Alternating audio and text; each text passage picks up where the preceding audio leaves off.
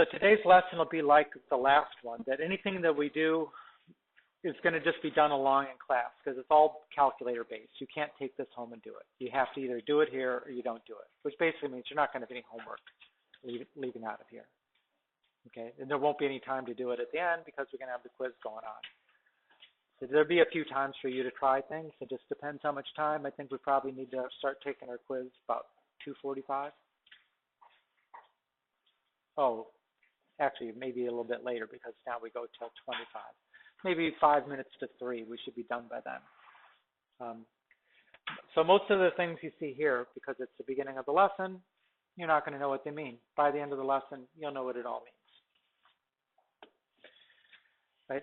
So this chapter is about probability and statistics, and we don't do a lot with the probability. We just did the permutations and combinations. That's about it.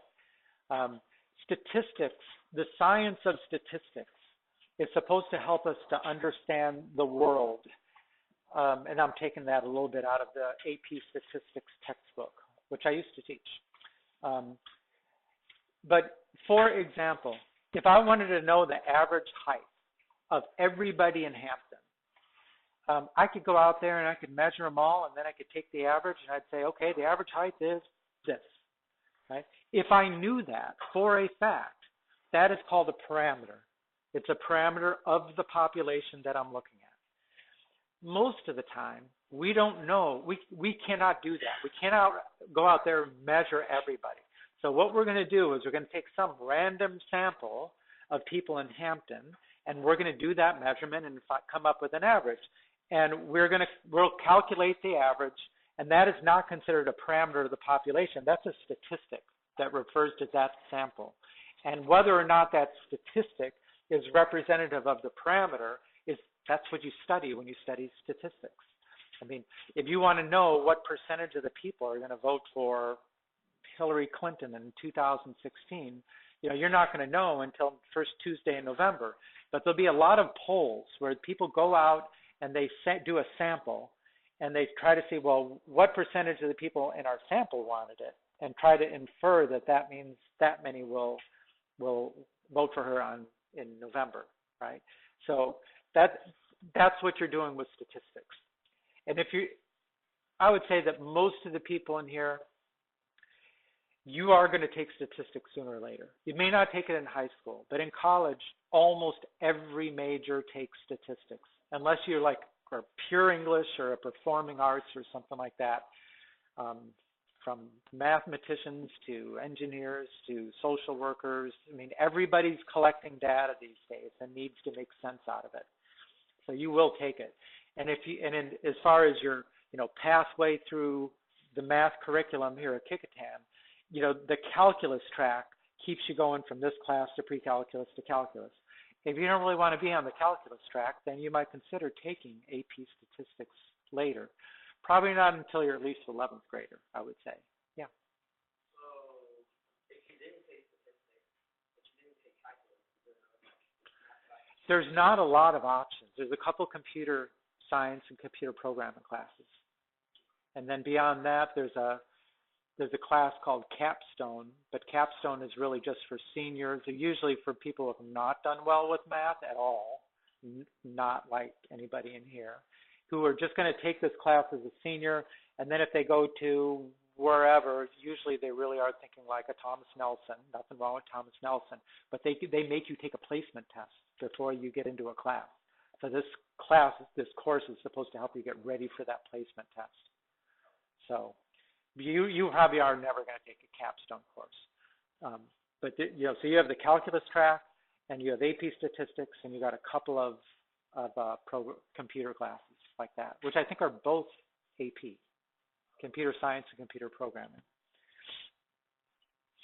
But this is a really good class, and it's interesting. And it's not really so much of a math class. In most places you go, like when you go to college, it's not taught out of the math department. It's probably taught out of whatever department you're in probably runs their own statistics class, which is relevant to that subject. And the math department might be one of the only ones that doesn't run a statistics class. But in statistics, we're going to gather information, we're going to gather data, and probably the first thing we're going to do is we're going to make a picture out of it. And you've done some of this before. Do you remember doing stem and leaf plots, box and whiskers, right? Or if you do something like this, I just grabbed this from I Googled histograms. And these are heights, and they're in centimeters, so maybe it was done in Europe or something like that. And so for each one of these, the width of the rectangle and the numbers at the bottom are defining a bin. The bin is telling you, like, anybody in between 149.5 and 159.5 centimeters high, then their number gets put into that bin.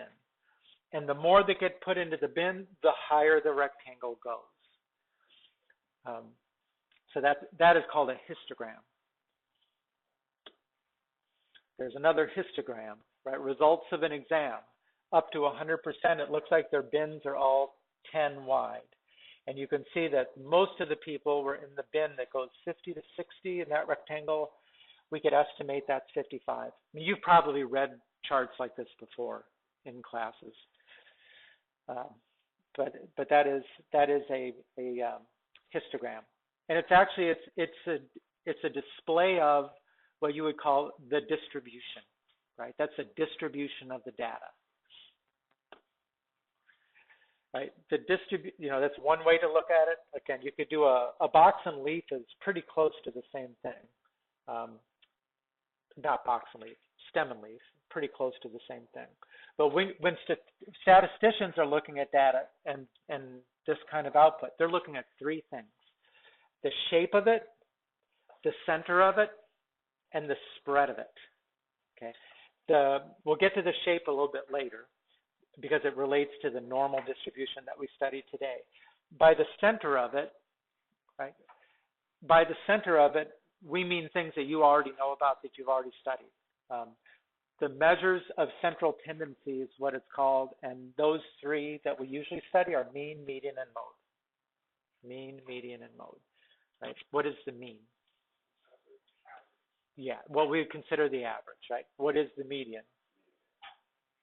The middle, right? So you put in order all of the data points, and you throw out the high and the low, and you throw out the high and the low, until all that's left is either 1 in the middle or 2 in the middle, if it's an even number of data points. And if it's 2, you take the average of the last 2. And what is the mode? The one that occurs the most, right? The one piece of data that occurs the most. Okay, we are only interested in the mean here. That's all we're dealing with.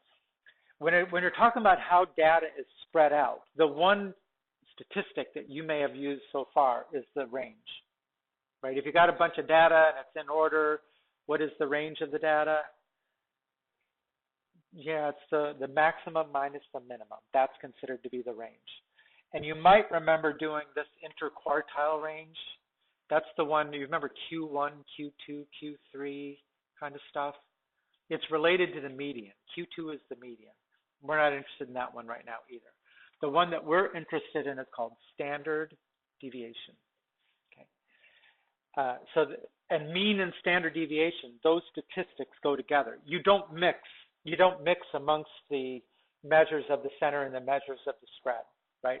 These two go together, right? IQR and median, these two go together. And the range and the mode people really don't use, but we're going to see at least a couple different ways of representing mean and standard deviation.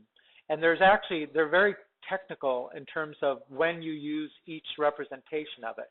And the way that it is in the book and the calculator and on that formula sheet, which if you look right there, it's got X and the mean and the standard deviation. Did it pass?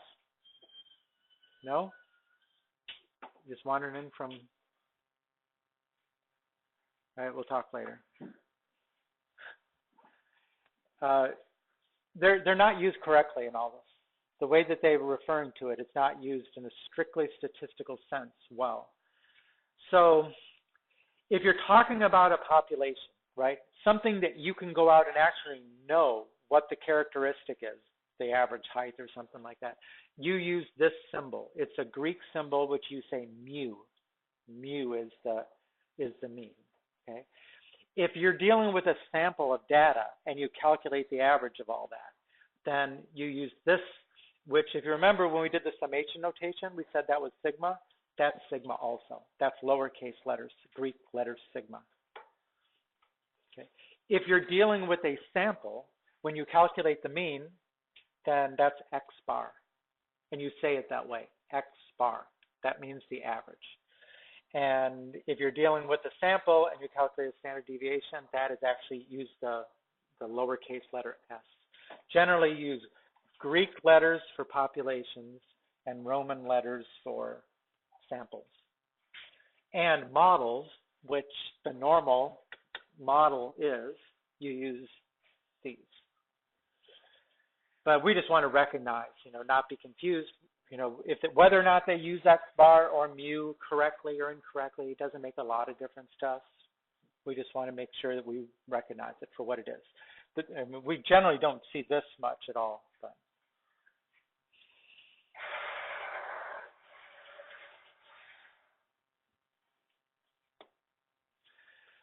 So if we were going to measure, here's two data sets. If we were going to come up with the mean of this data, what would you say for these 5 threes? What's the mean? Mean, x bar, if they're all the same thing, then obviously the mean is 3. Okay. Now the deviation from the mean, you would say x minus x bar. Again, if on the formula sheet, you could see under the statistics formula given, it says x represents an element of the data set. So that's the way we're using the x right here. Right? So now if my x bar is 3, then when I subtract, I get 0 and 0 and 0 and 0 and 0.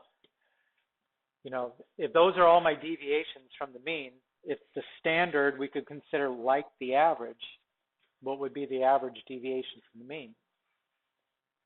0, right? So every case it's 0. Now, this set of data, what is the mean of that set of data? 1, 2, 3, 4, 5. It's still 3, right? Now, just because they both have the same mean, again, the data is not the same, right? Because it's spread out differently. So the x bar is still that. If I do the x minus x bar, then I'm going to subtract 3, minus 3, minus 3, minus 3. Right? Negative 2, negative 1, 0, 1, and 2. Okay, what if I tried to take the average of those?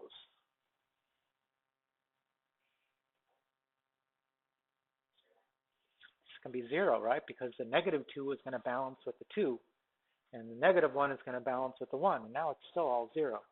So in statistics, you don't do that. Okay, what you do is you square that. Square it, square it, square it, square it, square it.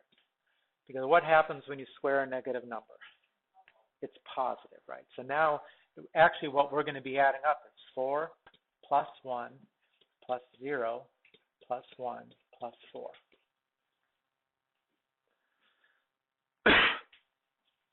Okay, now when I add those up, I'm going to show that with a summation notation. Right, we're going to add this up from I equals 1 to 5. And I'll say this is xi. And we just said, what is the sum of all those? 10? Okay, 10. But now, that's the sum of all of these squared. We want them to be somewhat of an average. So we need to divide by how many things did we just add up? 5, right? And we get, oh, sorry, just did that wrong. Undo. 5, and we get 2, right? But that's the average of the squares of the deviation. And honestly, we want to have some sense of what the actual deviation is. So what we're going to do is, after we've divided by the 5, we're going to take the square root. And then it'll get back to something that is about on the same scale as the deviations we're trying to measure. Right? So that is, it's kind of complicated, but that is the formula for standard deviation. Right? You sum up all of the x minus x bars squared, and then you divide by how many there were, and then you take the square root. Now, we don't do that by hand. They don't even give you that formula on the formula sheet because there is every expectation that you're going to put that on the calculator. That's one of the reasons why we do it that way. Even in AP statistics, it's rare that we try to do all this by hand. I mean, I gave the most simple data set that I could come up with.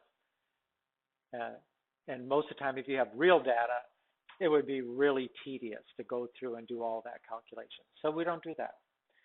So what we need to figure out is, okay, how are we going to do this in the calculator? That's why you need your calculator.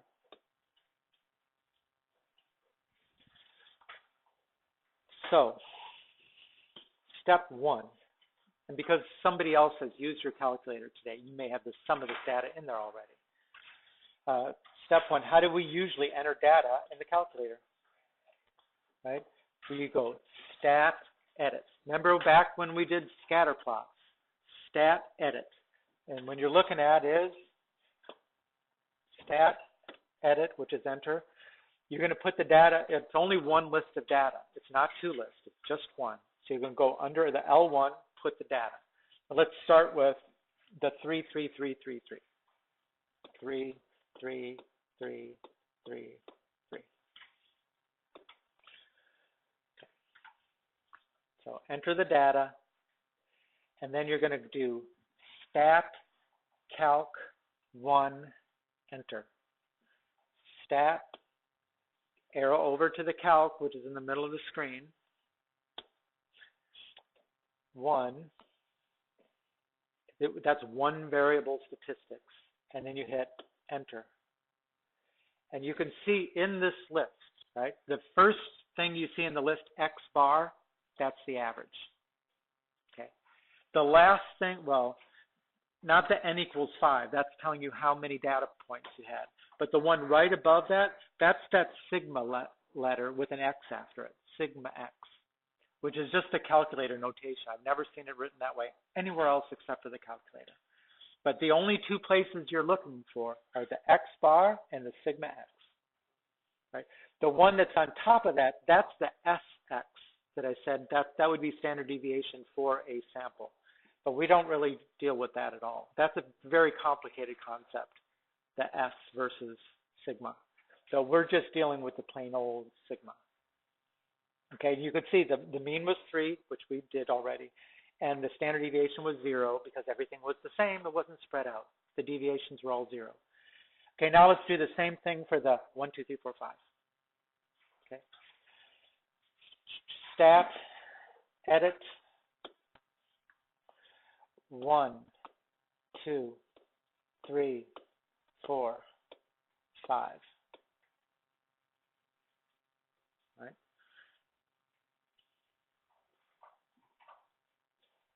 And then second line, stat, calc, 1 for one variable stat, enter. Right? You can see that the X bar is 3, like we already said. The sigma X is 1.414. What did we say it was? We said it was the square root of 2. Right? So put the square root of 2 in the calculator and see what you get compared with this 1.414. It's exactly the same, which it should be. So you know you're on track because of that. That is the square root of 2 that we hand calculated that. Like I say, if we had any more complicated data, it would be a challenge to have our calculation of it to match that exactly every time. We'd probably be somewhere along the way that we make some silly little mistake. So this is where you want to look. Okay, so let's do this. And I don't want to do all these because I'd like to save a little time so that if we have time to review before the quiz, we could do that. How about we do these right here? Just the number 9. Right? put those 5 numbers in the calculator, calculate the mean and the standard deviation. And don't worry about the variance.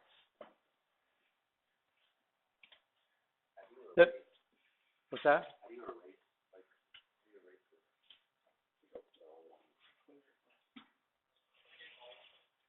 Just do this 60, 40, 35, 45, 39. Just that one.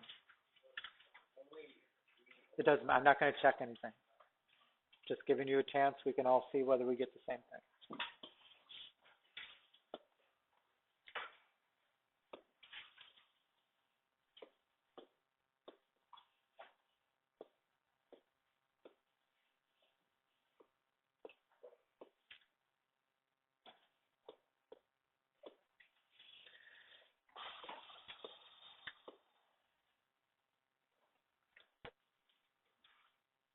Did you get it, Nat?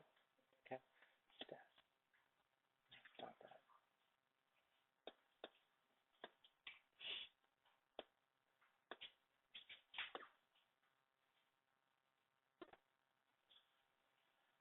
So what do you get for a mean?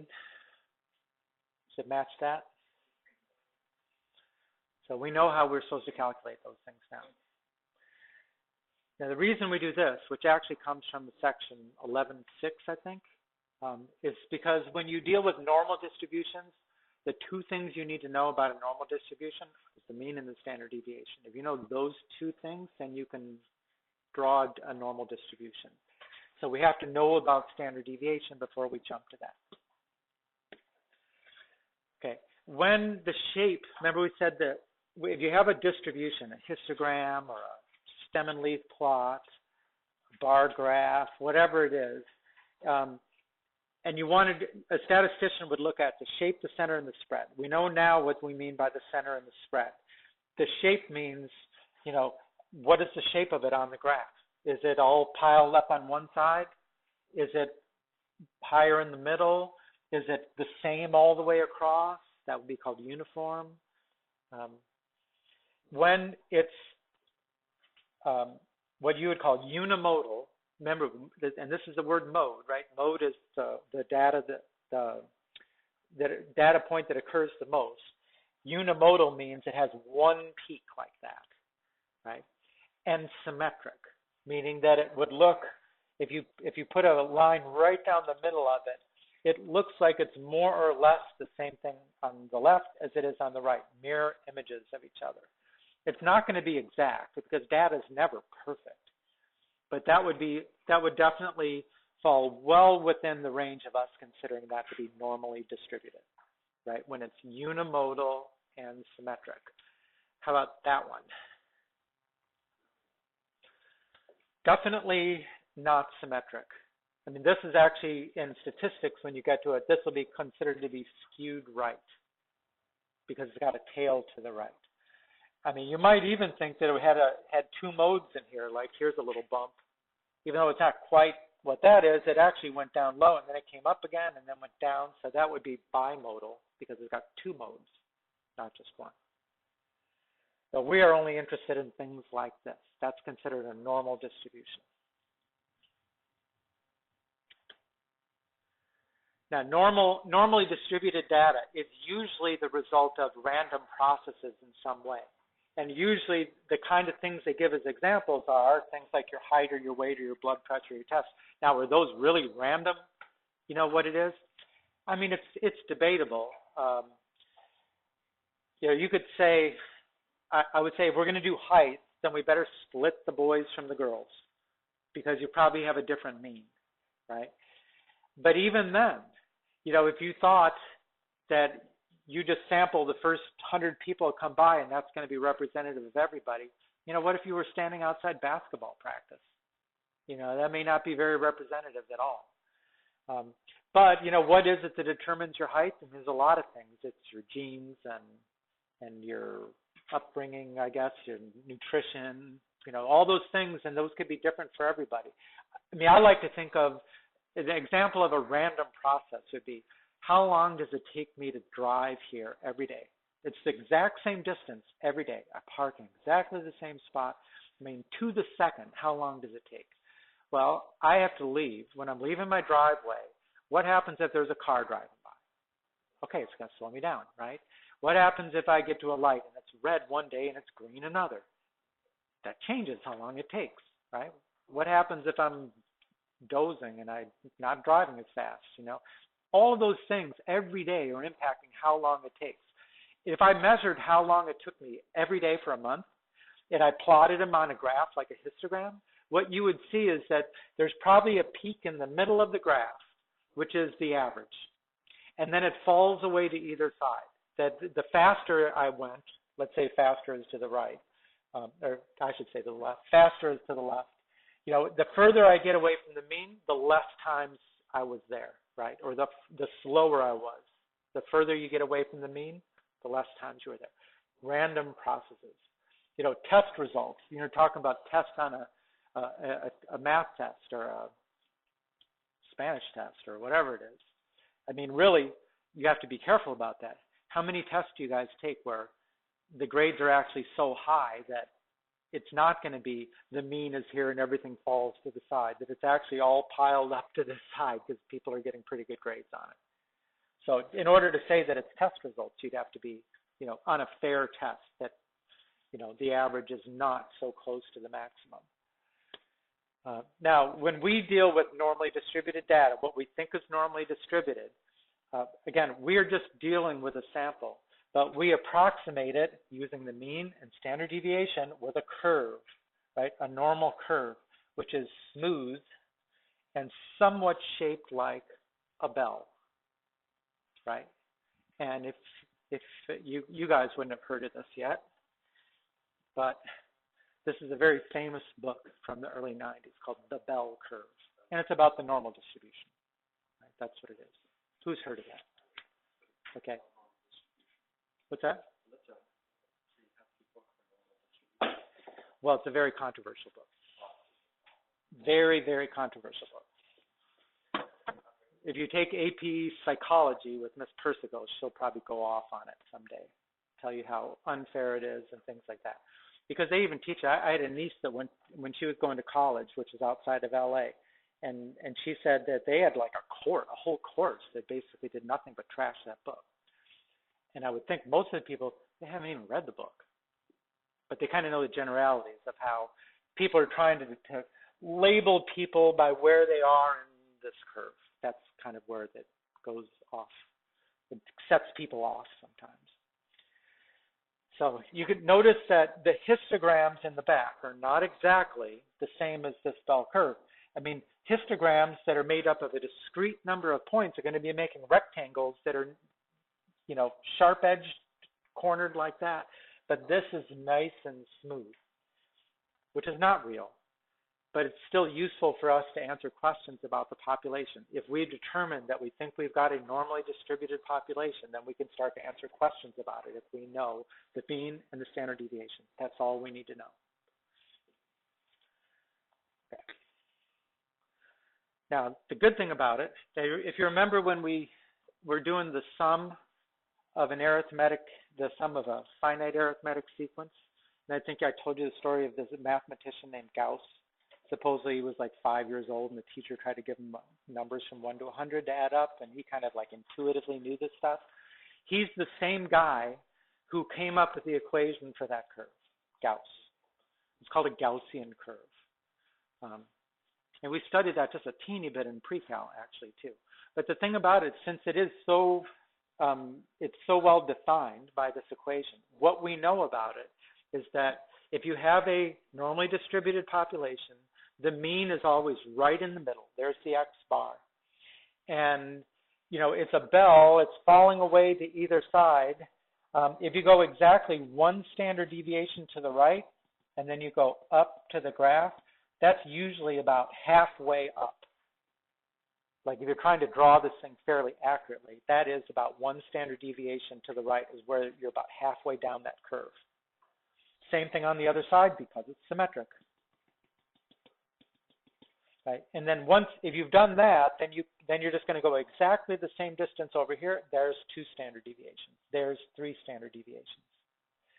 And what we know is that in between -1 and +1 standard deviations from the mean, you should have 68% of the population.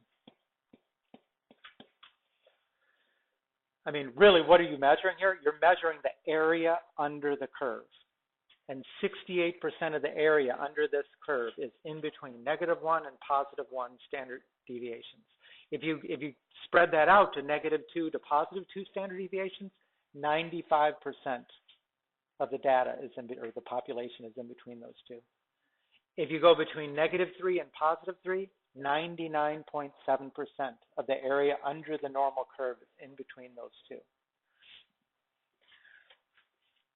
Generally, in statistics, if and when you take statistics class, what you're really, most of the time, you're studying what you presume to be normally distributed populations, and you're trying to determine whether, if the mean was supposed to be here, and you went out and did a sample, and you actually got a mean which is like way over here, you would start to question whether you had a very good sample. You would either question whether you had a good sample, or you'd start to question whether your X bar was in the right place, because that just shouldn't be. Normally, they take 2 standard deviations away is when you start to call data unusual, right? If you expected to get a mean somewhere in here, when it starts to be more than 2 standard deviations away, you say, that's unusual. That needs explaining. Okay. So, if you look at, if 68% of the data is between -1 and +1 standard deviations from the mean, then just divide that in 2. That means there's 34% to the left and 34% to the right. If 95% is in between 2 standard deviations to the left and the right, then again, just do the math. Subtract from 68%, divide by 2, and you're going to get 13.5 and 13.5. If you did the math, we know it's 99.7% is in between -3 and 3. That means there's a little bit that's not in there. It's 0.3%. But this line of the normal curve, it never touches the graph. It's like an asymptote. It's never going to touch that. There's always a teeny little bit more area underneath that. So that's 2.35% in here. If you just want to say, what is it to the right, which will include that piece there, 2.5%. Right, same thing over here. If you want to include everything that's to the left of that point, 2.5%. Right, and now all of those add up to 100%. If you add up 2.5, 13.5, 34 times 2. Now we can answer a question like this. Okay, first it says, the heights of adult American males are approximately normally distributed with a mean of 69.5 and a standard deviation of 2.5. So they've drawn a bell curve, and they've labeled about halfway down the bell curve on the side is 1 standard deviation. That's 72, which is 2.5 plus 69.5. And then they're going to go the same distance to the right, 74.5, same distance to the right. And they've actually filled in all of the percentages already.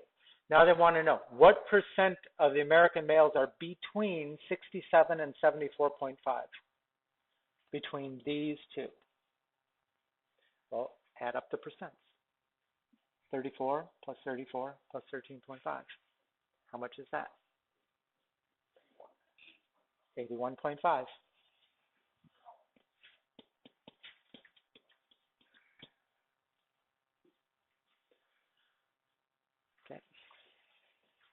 So with this, if you've got a standard normal, you know what the mean standard deviation are, then you can do this kind of calculation. Right? In a group of 2,000, okay, slightly different question. In a group of 2,000, how many would you expect to be taller than 6 feet tall? Okay, 6 feet tall is here.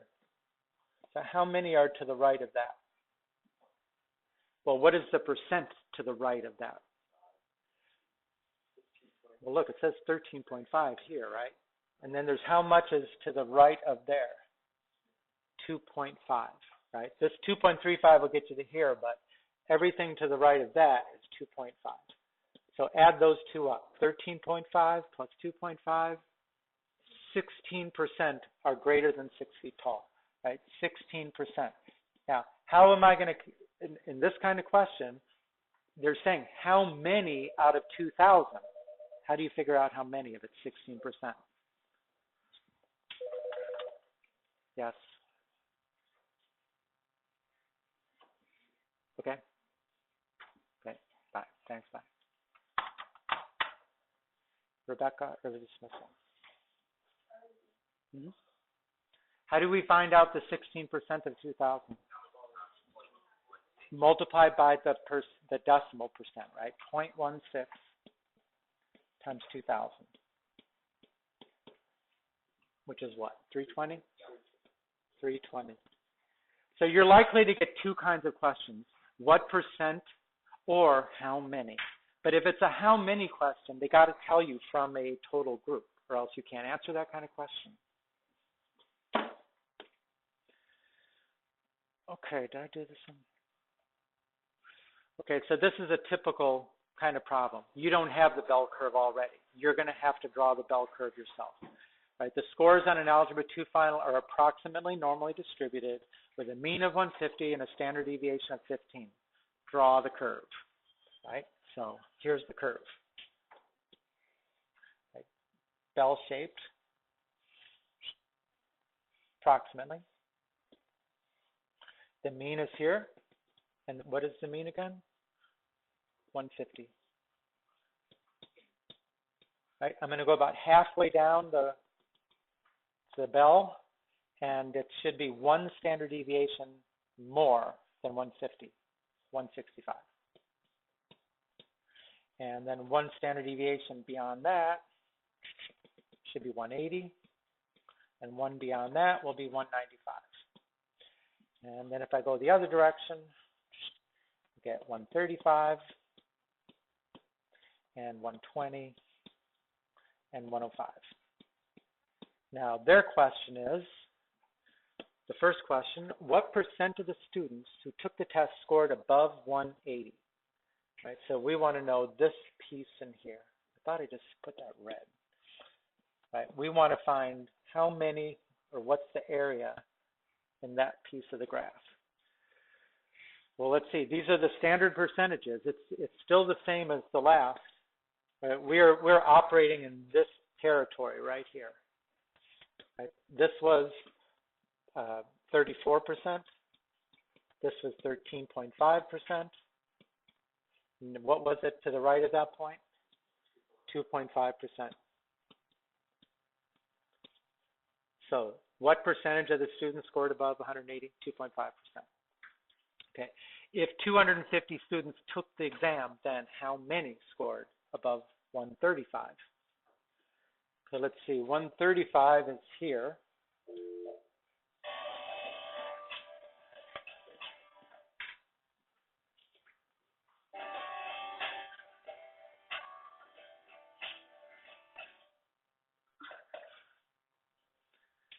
Okay. So what percent is going to be to the right of this?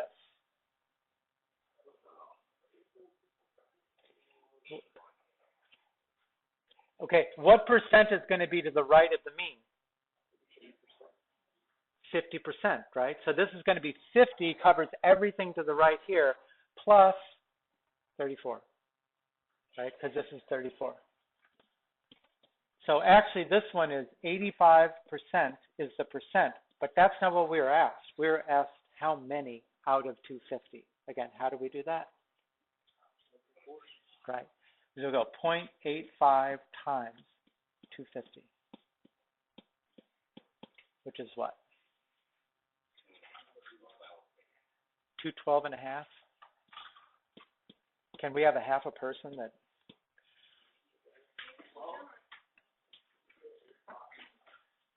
Yeah. Okay. Now, the thing about everything that we've answered so far was exactly, they were asking us a question. Yes. Yes. Hello? Hello? Yes. I don't think she was responding to you. I think she just said it at a very convenient moment. Yeah.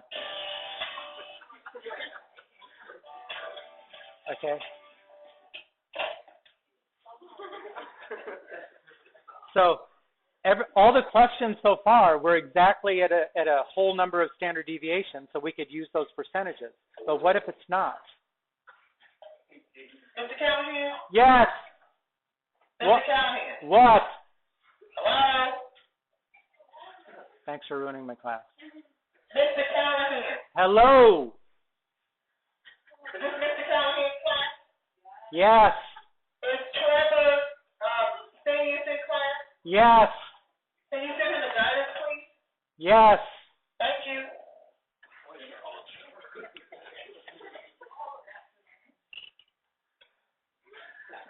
Tell them thank you for ruining our class, okay? And I'm serious. Okay. Okay. So if they ask us not exactly along one of these standard deviations, how are we going to answer the question? With the calculator. Okay? So this is the last thing you need to know about this. And most of what you do, you probably won't even have to remember the 68, 95, 99.7 because you could do it in the calculator. Okay? So we're going to skip over that. So this is how you do normal probabilities in the calculator. So bring up your calculator.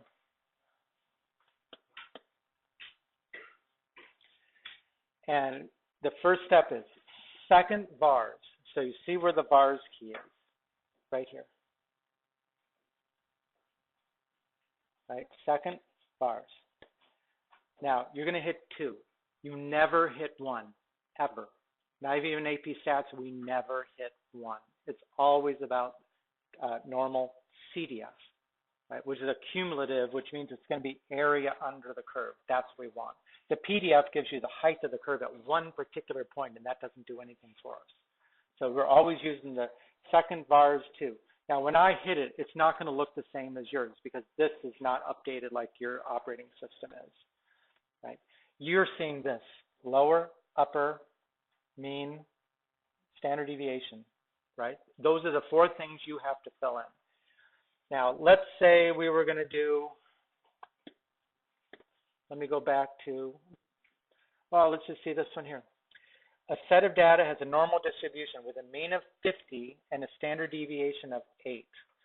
Find the percent from 42 to 58, okay? So let's try to remember that, 58, 42, 58. The mean is 50, the standard deviation is 8. We want to know the area between 42 and 58, right? So if that's 50, 50, that's 58, 66, 74. Here we go again. 42, 34, 26. So we want to know between 42 and 58. So we want this area here.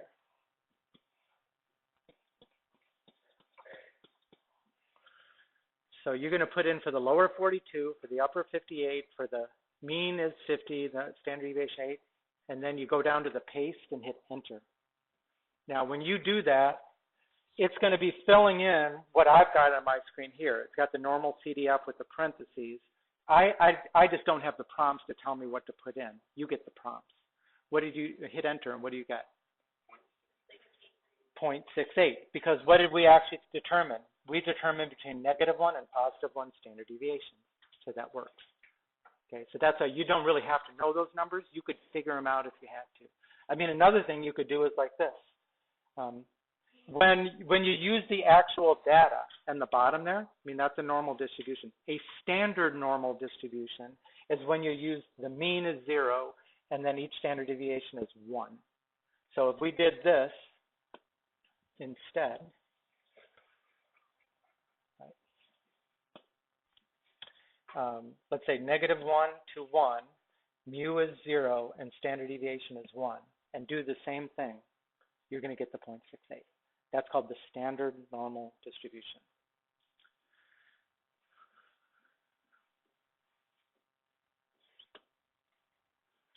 Okay, so for the heights of American males, the mean is 69.5 and the standard deviation is 2.5.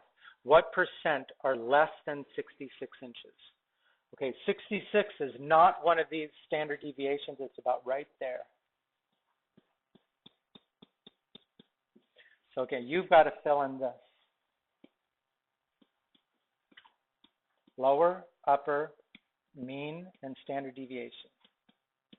Now the lower is always the left end of the interval.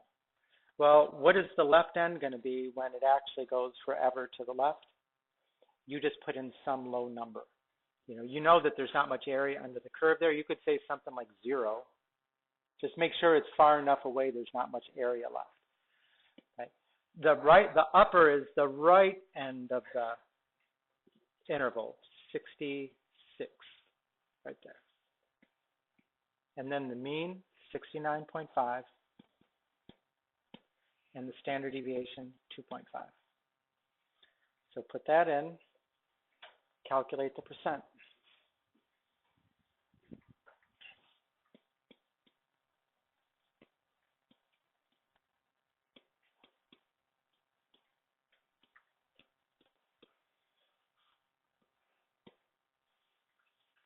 What do you get? 8%, 0.08. So that is 0.8%, 0.08. I'm going to go through this pretty quick so we can get to this quiz, but not going to do that. Okay, what percent are more than 70 inches tall? Okay, well, 70 is here. So we want to know all of this. So what do you think the lower will be? Yeah, the lower is 70. That's the left side of the interval. In this case, it's the right end that goes on forever. So you're going to pick some really high number. I mean, you could put in 1 million if you want, but you probably don't need to go that high. You could put in 100. The 100 would be about 10 standard deviations to the right. There's not much left under the curve there, so I'll just go 10, 100, right? And then the mean, again, is that, and the standard deviation is that. What percent is that?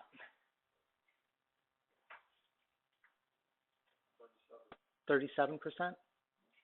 37 even? So it's about 37%? Oh, that's, okay, it could be.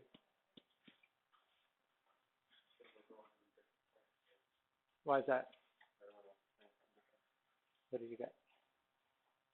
So second bars to 70 to 100, 60. You have a standard deviation of 1.5. Right? I can't save you from that. What is it? 42? Okay, 42%. Okay. And then again, if we can skip over this, but if you had a well-defined interval, you didn't have to go like all the way to the left or all the way to the right, then this would be the lower, this would be the upper. So with the calculator, you don't really need to know those 68, 95, 99.7, because you can actually figure out between any two bounds, So I mean, it's up to you. You get to statistics, you'll have to know that stuff a little better. But for right now, that's probably enough. And I just say the one other thing that they didn't really mention, the book doesn't do much with it. This version of the text, which is a new textbook, they've kind of dropped this. But a z-score is when you count how many standard deviations is something from the mean. Like if the mean is 15.7 and 2.8 for standard deviation, then 21.3 as a data value has a z-score of 2 because it's 2 standard deviations away, right? 12.9 has a z-score of -1 because it's 1 away to the left. But you could calculate these not just for the standard deviations, but in between them using that formula, right? The data value minus the mean divided by standard deviations, which is on your sheet right there. Okay. Just like so. No homework. Okay. So we're going to start taking our quiz here. Just remember, look at your formula sheet for a second. This is all I'm going to say about it. In each column, you know how to recognize arithmetic and geometric, right? Arithmetic is addition, right? Geometric is multiplication. The A sub n, the first one in each column, is the formula for the nth term, right? The next one is a recursive formula that don't use. The S sub n on both sides, what does that represent? A finite sum, right? It means you have a fixed number of terms that you're adding up. Now, look at the one for the arithmetic finite sum. N over 2 times A1 plus AN. What do those three inputs? The N is number of terms, the A1 is, and the AN is the, what if you don't know the last term? You could use the AN formula, or you could use the SN, which is right underneath that. In that one, you don't need to know the last term because it's actually, that formula has already been embedded in it. So either one of those will work for you. And I think that's about it. So I got to stop my recording.